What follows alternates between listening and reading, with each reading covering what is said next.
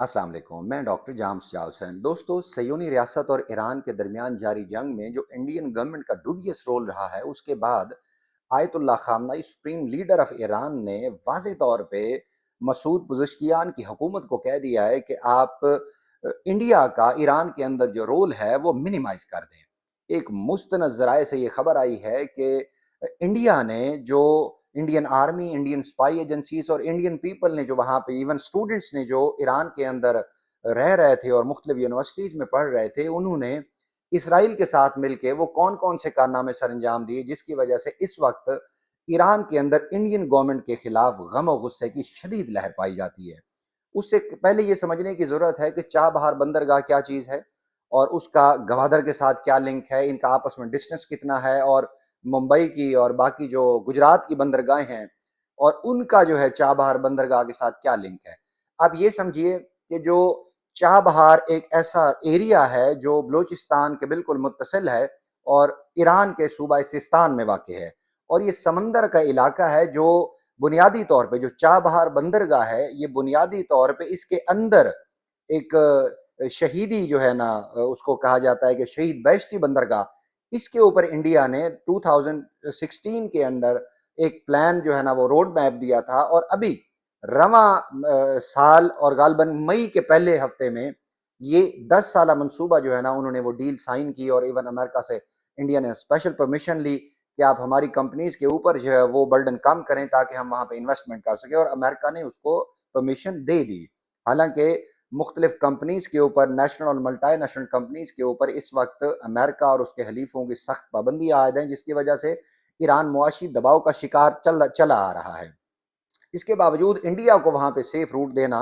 ये एक मानी खेज था जो रशिया, चीन, पाकिस्तान के लिए क्वेश्चन रेज कर रहा था। लेकिन जब ये जंग हुई और ये 12 रोज़ा जंग के बाद और उस दौरान जो इंडिया का वहाँ पे रोल रहा है वो बड़ा एक डूबियस रोल रहा है। इससे पहले क्या था कि चाबहार जो उसकी शहीद बहश्ती बंदरगाह है चाबहार के अंदर, उसका अगर आप डिस्टेंस देखें, जो समंदरी सफ़र है वो गालबन 550 मील जो है समुद्री मील के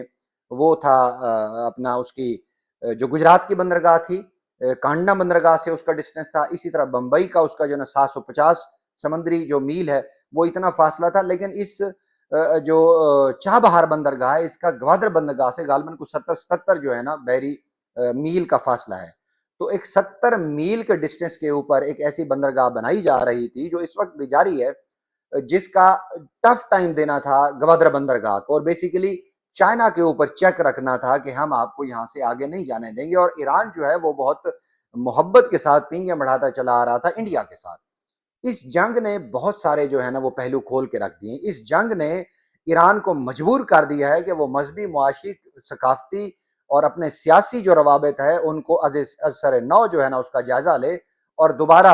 जो उसके रिन्यूअल करे with Pakistan and rest of the world. हुआ क्या, बेसिकली मोसाद और इसराइल जो है इसराइली शहरियों का दाखिला ईरान के अंदर बंद था और कोई भी वेस्टर्न इवन अमेरिकन जो थे और यूरोपियन कंट्रीज के वो वहाँ पे मुसाफिर नहीं आ रहे थे। उनका ईरान के अंदर कोई विजिबल जो है ना रोल नहीं था।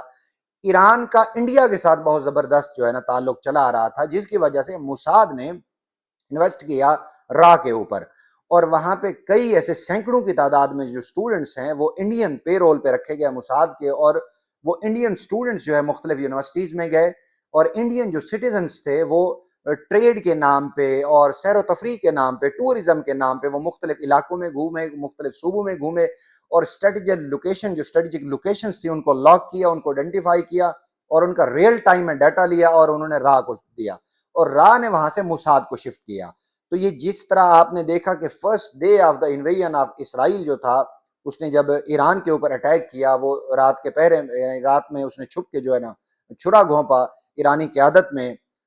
वो जबरदस्त एक पहलू था। अब ईरान के लिए तो वो एक खौफनाक रात थी। ईरान ने उसको तस्लीम किया कि हमें चूंकि सोते में हमला किया गया तो हमारा एक नुकसान हुआ है, लेकिन वो फौरी तौर पे उसने रीबिल्ड किया। उसके साइंटिस्ट उसमें आपने देखा जिस तरह मिलिट्री उसकी लीडरशिप थी वो शहीद हो गई।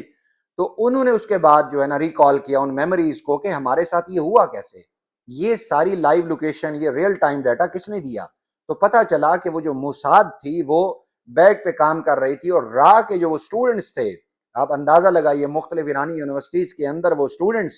اور مختلف جو شہری تھے ٹورزم کے نام پہ، یہ مستند ذرائع سے یہ خبر آئی ہے کہ انہوں نے جو ہے نا ریئل ٹائم ڈیٹا اس کا نکالا، اور ریئل ٹائم ڈیٹا اس نے وایا جو ہے را کے وہ شیئر کیا موساد کے ساتھ، اور موساد نے اپنی گورنمنٹ کو دیا، اور گورنمنٹ نے وہ پورا جو پلان تھا اٹیک کا وہ پلان کیا۔ اب اس کے بعد جو ہے نا پاکستان کا جو رول ہے وہ واضح طور پہ نظر آیا ایران کو، ایران کی عوام کو، ایران کی حکومت کو، ایون سپریم لیڈر کو، اور انہوں نے، آپ نے نوٹ کیا، دیکھا اس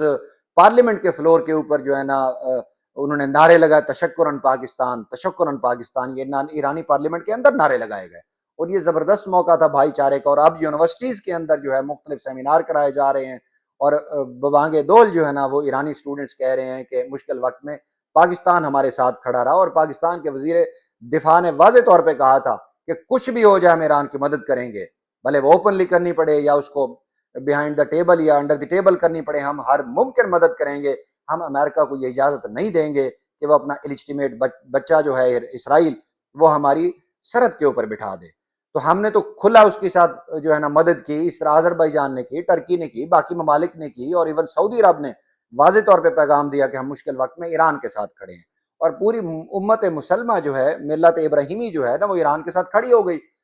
اس میں جو سب سے بڑا دوست سو کالڈ بنتا چلا آ رہا تھا ایران کا، انڈیا،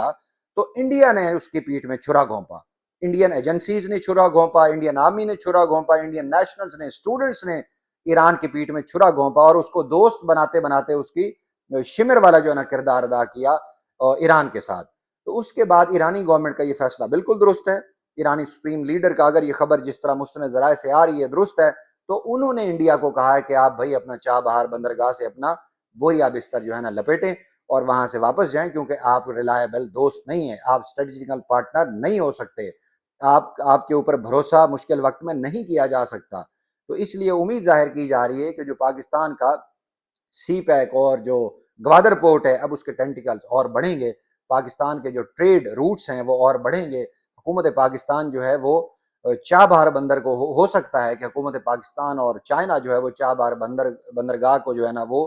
اس کے اوپر انویسٹمنٹ کریں اور یہ کنیکٹیوٹی ڈیولپ کر دیں۔ جو مودی کہا کرتا تھا یہ ہم کنیکٹیوٹی ڈیولپ کرنا چاہ رہے ہیں، تو اس کے لیے آپ کو ریلائبل پارٹنر ہونا ضروری ہے۔ تو این ممکن ہے کہ پاکستان وہ کنیکٹیوٹی ڈیولپ کرے اور سینٹرل ایشیا، افریقن کنٹریز اور مڈل ایسٹ کے اندر جو وہ ٹریڈ جو ہے نا پاکستان کی بڑھے۔